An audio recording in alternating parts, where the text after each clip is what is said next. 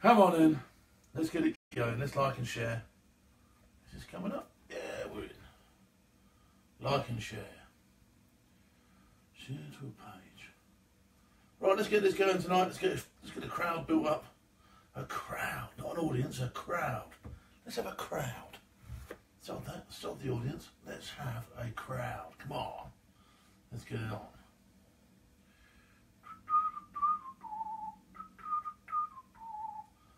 Let's get on a crowd. Okay, a few things to cover tonight. And we'll throw it open. We'll throw it open tonight. We'll let you ask what you want. It's Christmas. It'll be fun, trust me. Okay. Got a few on there now. Share on my own page as well. There we go. Right, let's boost those numbers up a little bit. Okay.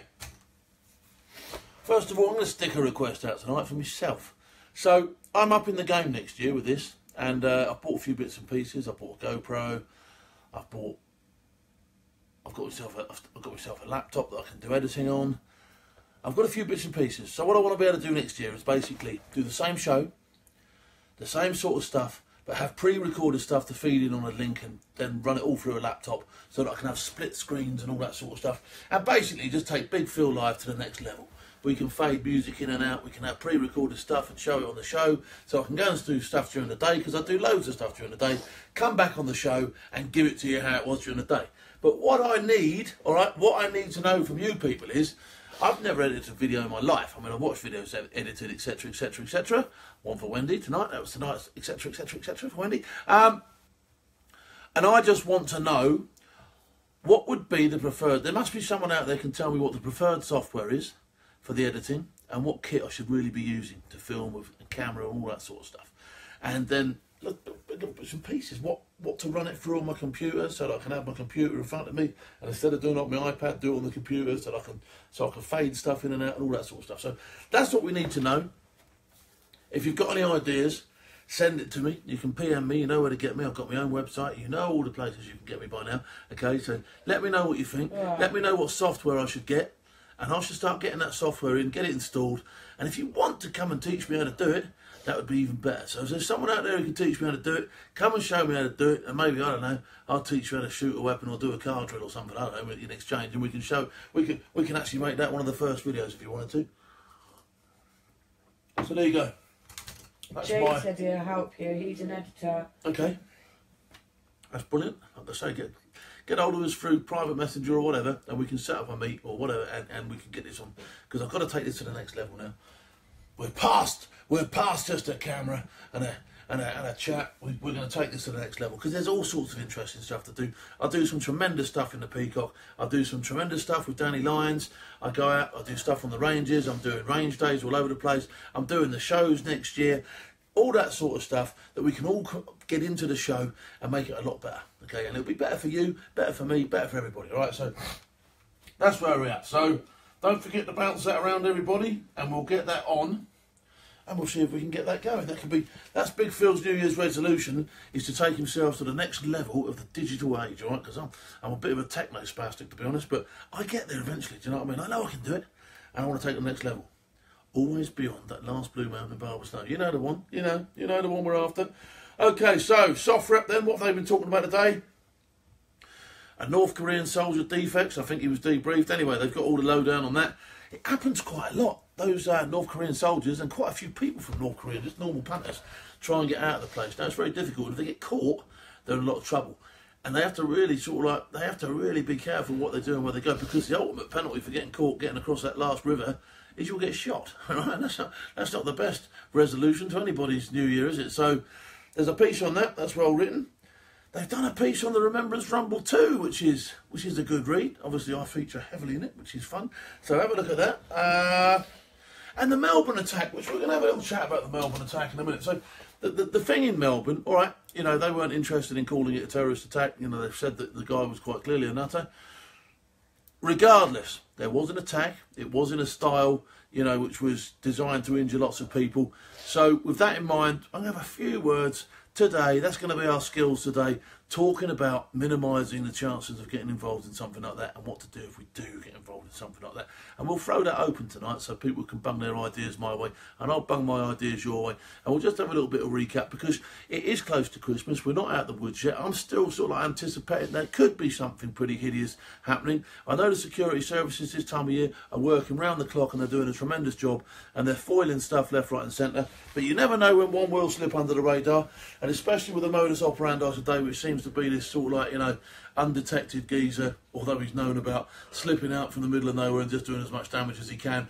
You never know what sort of trouble your day could end in. So it's worth just having a little think. And you know, the parachute school has a thing, and they say knowledge dispels fear. And the main reason people panic on these events is not because of what's happening, because what's happening is a fairly scary thing. I've got to be honest with you. You know, if people are being killed around you, that is an extremely scary thing to be happening and to be witness to for anybody, for a trained soldier, for myself, for anybody. That's a scary thing to be happening. But if you've never thought about your reactions, if you've never thought about what could possibly happen, or you've never thought about what you could possibly do, that will be your first exposure. All right, and the first exposure of people going noisy around you and people dropping and dying, that's not the time to have thought about this sort of stuff. The time to think about it is now, on Big Phil Live, or now, you know, on YouTube, looking stuff up and thinking to yourself, what can I do to prevent this sort of stuff? Because, like I say, and like the parachute school have said for years, knowledge dispels fear. I've got a Rupert in the room, and he's trying to come under the radar and snatch his kit. All right, so here he goes. He's quite a covert Rupert. He's sneaking about, and he's got his phone off the hook, and he's off. Okay, so like I said, the time to be planning this sort of stuff is not on the day of the race; it's before. And like I say, you don't have to spend a life under fire. You don't have to spend, you know, millions of hours on this stuff. But to have a rough idea in your head and just have it at the back of your mind, it's just stored in there. You know, it's like anything. You know, if you thought about it, if you're prepared, you can do something about it on the day. If you're unprepared, I'm not saying you won't do nothing about it on the day, but you're less likely to get a decent result out of what you do. Okay, so let's have a quick think about it then. What did I put this in? Okay, let's just think about what you should be doing before you go out, before you even step outside your front door. All right, and I do this naturally nowadays. It's not something sort of like, you know, once it's drilled into you, it doesn't. And some of you will be doing it without realising. Okay, it just makes sense. You know, it's as simple as a decision that you make in your own mind. Should I wear a coat? Should I not wear a coat? What do? You look. You try and find out what the weather is. Well, all we do in this case is we try and find out what the climate is outside. If there's anything going on before we go, I always have a click through the news. I have the news channel going on the television sometimes, even when I'm not really watching it. It's there just in case something flashes up, because these things hit the press very quick. And the other thing we've got nowadays, which is a huge tool on the information gathering side of life, is social media. I always have a quick scroll through Facebook before I go anywhere now. I always have a quick flick through Twitter, and it's a good hint to go through and just see what's trending on Twitter now and again, because that will give you the lowdown straight away. Okay, if it's trending on Twitter, it's big, it's happening, it's now. Okay, so the Melbourne attack, although it didn't trend all day, boom, it went up there for a period. Okay, and it was during the period when you would have been likely to stray into that part of town if you lived in Australia. And of course, if you do see that sort of thing coming up, you can steer straight away, get out of it, and just go, right, I'm not going there today, that's me, done, spent. Okay? Let people know where you're going. Now, I'm not saying you have to book in and book out. I'm not saying you have to run your house like a guard room. But it's good that at least someone who cares about you knows where you're going for the day. Now, I always used to say when I went on trips abroad, you know, you could book out through these companies, but the only person who really give a shit was Wendy, because she's the one who's not going to get fed at the end of the month if I don't get paid because I'm dead. All right, so the best thing I used to do before I went out, it's not compromising my own operational security and all the rest of the bollocks. If I'm working in a permissive environment like the UK, I say to Wendy, I'll be going to so-and-so, I'll be there from so-and-so till so-and-so. When I come back, I'll be going via there and coming here. And if the plan changes slightly, I'll just let her know, I'm not going to so-and-so, I'll be going to so-and-so later. And it just gives people a start point if something goes wrong. And then if say, for instance, you are down Oxford Street and it all goes Pete Tong, and you have got penned down on the underground, at least she knew you were headed in to that part of town. Okay, and she hasn't sort of said, well, he left the house, I haven't got a fucking clue where he went, and I haven't seen him there for 48 hours. At least you knew. And on the other side of that coin is at least she knew. If I said I was going to Tottenham Court Road and it went wrong there, okay, or I said I was going to fucking, I don't know, East London. If I was going to Bethnal Green and it's gone off in fucking Hammersmith, at least she knows I'm in Bethnal Green. Yeah, like when Phil goes, I'm just getting in a taxi, I'll be home in a minute at 10 o'clock at night. But she knows I'm in a taxi. And he rolls in at 1 o'clock in the morning. That's OPSEC, not fucking security. Right. Anyway, it does help. It doesn't help when you get too drunk, I'll give her that. That is the truth. And, you know, we used to operate a semi-system, especially in the army, if you went out, that somebody would be at least partially sober enough, usually the designated driver, to be sort of like keeping an eye on this sort of stuff the whole time you're out. And it's not a bad idea if you're going out in a big gang. There'll always be someone who doesn't drink, or there'll always be someone driving, or someone who doesn't drink as much as the rest. It won't be Perry and it won't be me, all right? Yeah, that's correct. It might be Wendy, because she's a proper stick in the mud. I'm not, I'm sensible. That's I'm right. sensible, I'm Wendy. Yeah, sensible my arse. Anyway. Imagine if I said to Phil, oh, I'm in the taxi, I'll be home in a minute, and then he can't get hold of me for 3 hours. I'll always He'd go mental. Tag your wife, tag your missus. You can buy these little things now. You're supposed to put them on your pets. You can actually put them on your missus, all right? So you slip one in her handbag. Wendy's had one for the last 6 years. Okay, so you can do stuff like that, but that's a bit extreme, to be honest. But you could if you wanted to. You can buy tracking stuff nowadays that will go anywhere. If you're really concerned, or it's your young, if it's your kids, etc., you can now tag people quite easily and quite well. Okay, to a high standard, and have that information on your phone if you're really concerned. It's extreme, but you know, Grace goes into town, she goes in on her moped. We do worry about her. We worry about, you know, Olivia's not old enough to go in yet, but you know, Grace goes in on her own. She's of that age where she's sort of like, she's adult, but she's not adult enough. All right, so we do worry about her, and you know, we could quite easily, if we were completely concerned, bung a tag on her, at least on her moped, or bung a tag on her. You know, I wouldn't say that was out of order at all. Bung one on you then. You can put one on me anytime you want, Wendy. I'll wear it around me willy. Right, okay. Avoid. At least you wouldn't lose it. Probably get one small enough, and all the other jokes, Wendy. Yeah, one for the button mushroom. Unbelievable. She took a very serious lesson tonight, and a very serious way of delivering it, and Wendy's turned it into a show about how big my penis is. Unbelievable, shocking. Oh. Anyway, okay, so plan your trips, gain your intelligence, let loved ones know where you're going. Avoid setting patterns if you can, okay? That's more, probably you don't have to worry so much about that yourself if you don't think you've got anybody particularly looking after you. But there could be someone in the area that knows you're a veteran, if you're a veteran, and be lining you up. It's not completely beyond the realms of impossibility, that one. Avoid obvious timings and obvious places. You know that sometimes it's going to be busier than others, okay, and you don't want to be mixed up in the rush hour, because there are optimum times for attack. And if you can try and think a little bit like, if you just try and think what would be the best time to attack someone, that's the best time to stay away from places as well. Okay, so, you know, we all know nowadays that it's not just at the beginning of an event, it's at the back end of an event that things go wrong, because people are bottlenecked, large groups of people are trying to get through small gaps and all that sort of stuff. Okay, so just have a little bit of a think. You know, maybe hang off sometimes when you could have ploughed straight on in there. I don't mind turning up to a football match slightly late, or waiting in there for 5 minutes afterwards until everybody's gone, and it's quite safe for me to do so. I have no qualms with that whatsoever. In fact, last time I went to West Ham, we stayed in the bar for a little bit chatting, and then when it was completely sort of like on the realms of getting kicked out, we just went through the doors. Okay, so never at any point was I in a large gaggle of people, which would be an attractive, juicy target for somebody to walk in there, give it a big Allen snack bar, and everybody goes pop. Okay. A gaggle of people. Think about what you've got on you. And I say this seriously again, your EDC, your everyday carry. Now, I know we don't take it as seriously in the UK as they do in America, and I know that we can't carry the gear in here that they do in America. Okay, I can't carry a weapon, I can't have a concealed license, I can't carry anything that's going to do anybody any harm. So, you know, we've thought about that sort of stuff. We've talked about torches. We've talked about stuff that we can use in an attack. We've talked about plates, you know, the flexible plates that can go in your kit to give you a bit of protection. But really, the stuff that we should really be concentrating on, okay, is things like the tourniquets, the field dressings, the quick clot, the stuff that are going to stop mass casualties, the stuff that emergency services are going to run out of on the ground. And like I say, even if you don't know how to use some of this stuff yourself, if you've got a tourniquet on you and the emergency services have run out of tourniquets, you go, I've got one, okay, and they'll take that off you straight away.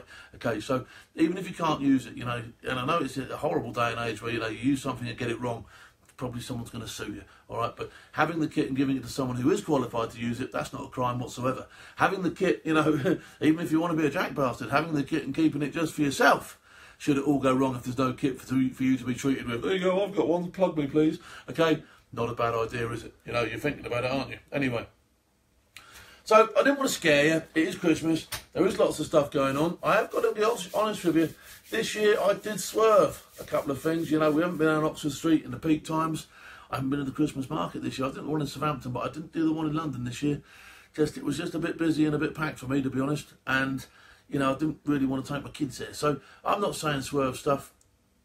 I'm saying enjoy yourself. Just saying have a little bit of prior planning and preparation. Because you know the 7 Ps, and you know it'll get you out of trouble one day. So, there we are.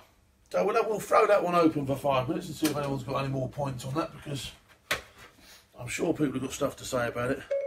And like I say, I haven't covered everything. I'm just jogging memories today, I really am. I don't want to give you the full lessons or nothing. I just wanted to jog memories, because it is, you know, we're approaching Christmas. We're going to go into the period now where people are going to drink more than they normally do, act in different ways, go to different places, socialise at different times perhaps, you know. And you can see it straight away with some people. They don't go out all the time. They're not used to all that sort of stuff. Do you know what I mean? They drink too much, blah, blah, blah, blah, blah. Now, I'm advocating have the best time, okay? But I'm also just saying a little bit of rooted knowledge might help you out if it goes all Pete Tong. It certainly, if you've never ever thought about it, okay, will help you out on the day of the race should it go wrong. Okay. Duncan Campbell, offensive weapon. We ain't allowed them over here. Like I say, I've shown you the torch. We're going to do a few more bits and pieces. But you aren't allowed to carry weapons over here. As simple as. You will not get away with saying, this knife in my bag is because I'm a survival expert and I'm on my way to survival school. You will not get away with that, okay? So, knives are not acceptable. Weapons of any sort in this country are not acceptable. So you've got to do, you know, you can't even carry pepper spray in this country. You know, there's nothing. You're not allowed nothing, right? So you have to deal with what you've got. Now, when you think about it, I mean, the first anti-piracy jobs I did, we weren't allowed to carry weapons and we were going up against blokes with AK-47s. So it's not the worst position in the world that you're in, okay? I'm just saying box a bit clever. Channel 6 celebrations tomorrow night at the Moon on the Mall, London, 1900. See you all there, says Julie Gillespie. So if you're in town, there's a few people having to get together in celebration of the Channel 6 release. So get yourself down to that if you can. Dear friend, is about Chris Max. I need your gift. If you know that God has blessed you, help me and my charity child. We are now more. Please help us. I didn't understand that. No, but obviously, if you could give us a little bit, elaborate on that, buddy, then we'll obviously try and throw it out there. At the moment, it's coming across a little bit. You maybe want to spell check that a couple of times. Joe De Francisci.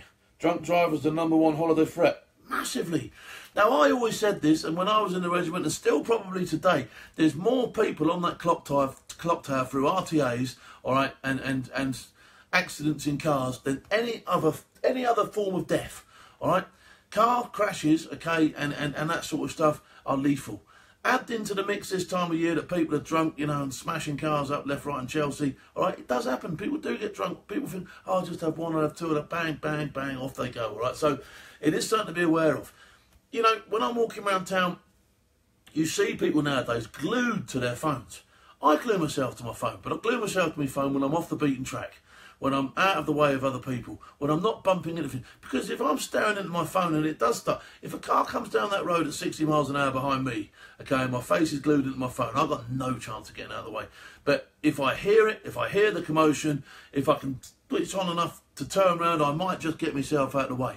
But if you've got your head in your phone, the first thing you're going to know is when you get slapped into the pavement, and that's it, bust, all right? So have a little bit of think about it. Phil, Sean said, where can he get his hands on 50 cal coffee? They've got a website. There's a 50 cal coffee. So if you, I think they were actually called the 50 cal coffee company. or something like that. Yeah, So if you go onto their website, just Google 50 cow coffee, 50 cow hot chocolate. Go on there, mate. Honestly, it will do you some. Just reading Zero Footprint by Simon Chase. Do you know him? No, I don't. Phil, can you give... Oh, hang on, let's flip through so quick. I've lost that. Phil, can you give Thank You Soldier a mention? That was the one I was going to give. Mark, I was going to give that a mention. Right? Thank You Soldier. They're on Twitter. I don't know if they're on... I haven't seen them on Facebook. If they're on... Right, Thank You Soldier.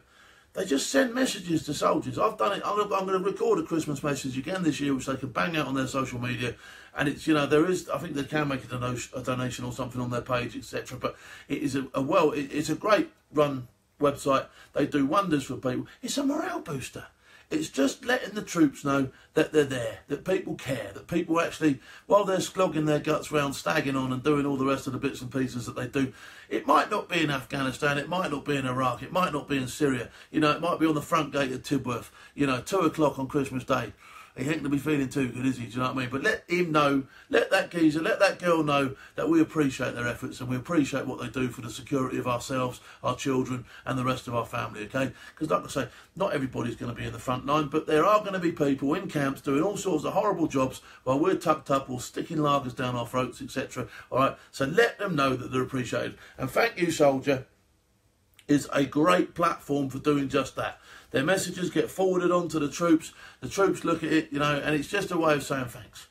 And so I advocate it to the moon and back every time. Luke's picture's posted. Luke, your picture's posted, buddy. He's the one who stumped up the 200 quid for the old Magookin. Magookin is trying to steal my thunder on the old... You've got another picture of Magookin out there, haven't you? Have I? The Margaret Thatcher one. Oh, right, I have done, yeah. Anyway, Magookin is stealing my thunder at the moment by posting recipes of SAS cakes. All right, so I might make the SAS cake. I'm going to have a look at the recipe tomorrow. If it's any good, I'll make it early, all right? But like I say, stealing my bloody thunder, he is trying to nick my cooking, all right? You won't nick me cooking, I'll make the fucking cake, all right? So we'll have a butcher's edit. I see on there today. It did make me chuckle. So I might have a go at making Ernie's cake. And we'll call it the Magookin cake. On a scale of 1 to 10, in your honest opinion, is the attack on our people in Britain inevitable, or are our government capable of informing you and our soldiers to react capably? I think it will happen. On a scale of 1 to 10, I think you're probably up there in the 8 of it happening in the next 6 months. I think you're in a 10 out of 10 for it to happen. You know, if will it ever happen again? Of course it fucking will. All right, 100%. On a scale of 1 to 10, how well are our security services doing to combat this sort of stuff? I'd put them on a 10 as well, because with the resources they've got, with the kit, the manpower, the training and the equipment they've got, they are doing the best they can. And I can assure you of that 100%. That's, you know, that's a given. And that's, you know, I don't even have to ask anybody to find that out. You know, I know that, okay? So they're doing their best. Now, the fact that the odd thing does slip through the net, that's warfare. That's how things happen. Okay, you cannot blanket the whole lot. It's almost impossible. Something somewhere along the line will slip through, especially when you're dealing with the sort of stuff we're dealing with. You know, when anyone can pull a blade from anywhere can load up a 4x4 or a lorry and get it off the pavement. That's the sort of stuff you're dealing with. So extremely difficult. But I'm telling you now, our security services are working round the clock to foil this fucking rubbish. All right, there are, you know, ultimately long term, the aim needs to be to get into these people, into the communities, and try and sort this stuff out. Okay, that's long term. But in the interim, like I say, no, we're not safe. Okay, that is the bottom line. Okay, and it would be naive of me to sit here and lie to you and say, yeah, you probably haven't got much chance. Okay, because there is a chance. There is a chance. All right, that's for definite. Darren, by the way, can you shout out to my mate Dan McCarvey, who is walking home for Xmas from France? He was doing it for a military charity. He's done over 300 miles. Find him on Facebook and donate, please. There you go. So if you can find him on Facebook, or stick your link on here, please stick the link up and we'll punt that round for him, not a problem.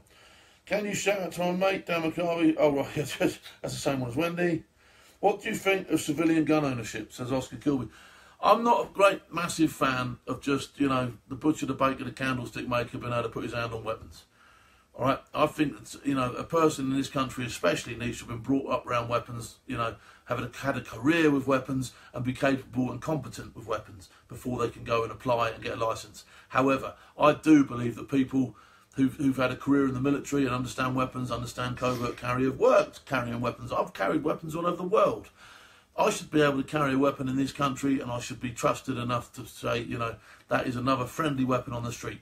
If I have to check in and out, if I have to keep my weapon in an armoury in London or whatever, that's not a problem. I go to the police station, I get my weapon out, I go about my business, I go and put it back again at the end of the day, or at my discretion. Okay, but you know, I'm a great fan of having more friendly weapons on the streets. It's, you know, these incidents could get closed down a lot quicker, and a lot and be a lot more effective, you know, with the public being able to react. But not all public, because like I say, you wouldn't give a gun to everybody, and you wouldn't want just anybody to be able to just walk in the shop and shop by one, because that just would be chaos. Do you think off-duty squaddies should be allowed to carry covert, says Aaron Wood? Oh, sorry, I just knocked you out. You wish. Do you think off-duty squaddies should be allowed to covert carry? Depending on their job and skill set. It's no good, and I'm going to be brutally honest, it's no good giving Private Bacon Neck from the 3rd Battalion, the Black Lompshire Watch, you know, who's a storeman, a pistol, and telling him, you know, you can covert carry that, son, you'll be all right. Because he hasn't had the training, the experience, and all that. But you take, you know, you take Private Bacon Neck from, you know, D Squadron 22 SAS, who carries a weapon for a living, has one covertly all over the world, and say to him, right, you stick one in your pants when you go downtown, son. That's a good idea, because he knows what he's doing. He'll be able to react with it, he'll be able to react appropriately, he'll understand it, he'll know how to carry, it won't show out, and all those other bits and pieces. So, yes, it's horses for courses on the covert carry. How does Darth Vader like his Christmas turkey? On the dark side. I'll get your coat. You will get your coat, because I do the fucking jokes around here. All right? How many times have I got to tell you? All right? Do you think the police should carry guns? Again, Susan, I think there'll come a day when every policeman has to have a gun. That's without a doubt. But at the moment, if you've got every copper in this country, 50% of them would say to you, no, I don't want to carry a gun. And you'd get that straight away. They go, no, I don't want to carry a gun. They didn't sign up to carry a gun. They weren't informed that they were going to carry a gun when they signed up. It wasn't part of the criteria when they signed up. Now, that needs to be made part of the criteria that one day you might have to carry a gun. And if you don't like that fact, then you don't sign up, simple as that. Because you cannot press gang somebody into using a gun. You cannot press gang somebody into carrying a gun. So therefore, if you've got a copper now that didn't sign up with that intention in mind, and you suddenly give him a gun and he doesn't want it, on the day of the race, he'll put that thing down and he'll run like Billy O. And that's a fact. All right, so there you go. Can you give a shout out to the members of Airsoft Addicts? We promote Big Phil and Soft Rep every night, and we are nearly 10,000 members. Lee Bowman, I will 100% advocate you and all the rest of it, and give you a massive shout out. Of course I will. That's Airsoft Addicts. And yeah, come and see me next year. I'll be at a few of these shows. And the rumour has it, I'm going to be travelling around with my own killing house. There you go. Heard it first here, didn't you? All right, so that can be one to look out for next year. Come through a killing house with Big Phil. We'll have a few bangs and I might even video you if you're any good. All right, how about that? Remember the Hungerford 16 killed by that fruitcake owning an AK-47 M1 9mm changed our gun law, says Jason Field. Yes, he did. And it just, you know, it goes back to my point about it's horses for courses and who can get a licence and who can't get a licence. You know, I don't know the history of that geezer, but, you know, he obviously was a fruitcake. I think it turned out that they knew about him being a nutter as well. Yet he was able to tap into a source where he got all fully automatic weapons, okay? That is wrong, obviously, quite clearly wrong. All right, but taking the guns off everybody in the whole country and making it impossible for you to, you know, even train with firearms in this country, well, that's wrong, as far as I'm concerned. Merry Christmas to you both. Okay, well, it's past. That was Thursday. It wasn't designed to scare people. It was designed to just say to people, look, it is Christmas. Please switch on a little bit. I don't advocate that anybody patrols around life whatsoever, but you do need to keep switched on. You do need to plan what you're doing, and you do need to let people know where you're going. And if stuff goes wrong, it's handy to have something in your pocket that you can do something about it with. All right? You just got that. Daniel, can you read that message out? I haven't got it. Yeah, you have. Hang on. Daniel Macart. Daniel Macart, wait there. Daniel Macart. Eugene Fleming, Daniel Macart. Oh, there you go, Daniel. Happy Xmas, Big Phil and Wendy. Happy Xmas to you too. That one. What one? I can't see that one. What we got? Can you send best wishes to the Irish Army Rangers wing in I can't read that. In the Curragh. Anyway, the Irish Army Rangers, happy Christmas to all of you, wherever you are. And as I can't say what that word was there, he can't spell Christmas either because he's put Xmas, all right? That is a Skyver's way of writing Christmas, isn't it? Is to write Xmas, okay? Anyway, so to the Irish Army Rangers, happy Christmas, happy Xmas, wherever you are. Okay. Right. Oh, there you go, Mike Mackey, just before I go then, Fionochlac, says Scott Jones, Fionochlac. I can't say none of those Gaelic words. I've never ever heard of say a Gaelic word in my life. Mike Mackey, PayPal, he's put the link on there, and that's the pounds.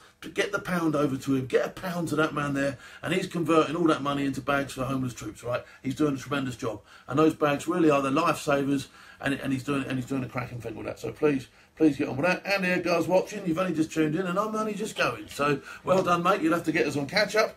That is what we're doing tonight. Tomorrow night, I'm going to be with Danny Lyons, having a bit of supper, having a chit, having a bit of a laugh. Okay, a bit of a pre-drink, pre-Christmas tomorrow night, and yeah, we'll see how it goes. Wendy's going to be with me. Said she put a frock on. Said she's going to dress up for Big Phil on Friday. So we'll see what she does. I'm not dressing up. A frock? How old are you? Wendy's going to put a frock on. Wendy's going to put a frock on. I'm going to put. So your granddad would say, isn't it? And I'm going to put. And I'm going to put your frock on, love. Yeah, come on, get your frock on, love. We're going out. That's all right. And I'm going to wear some strides. I'm going to put my strides on. All right. Okay, right. You're going out of an old man. That's all right. You are going to have an old man. Right. There you go. We've started waffling now. So until tomorrow, pre-drinking with Big Phil and Danny Lyons. Who dares wins? See you later on.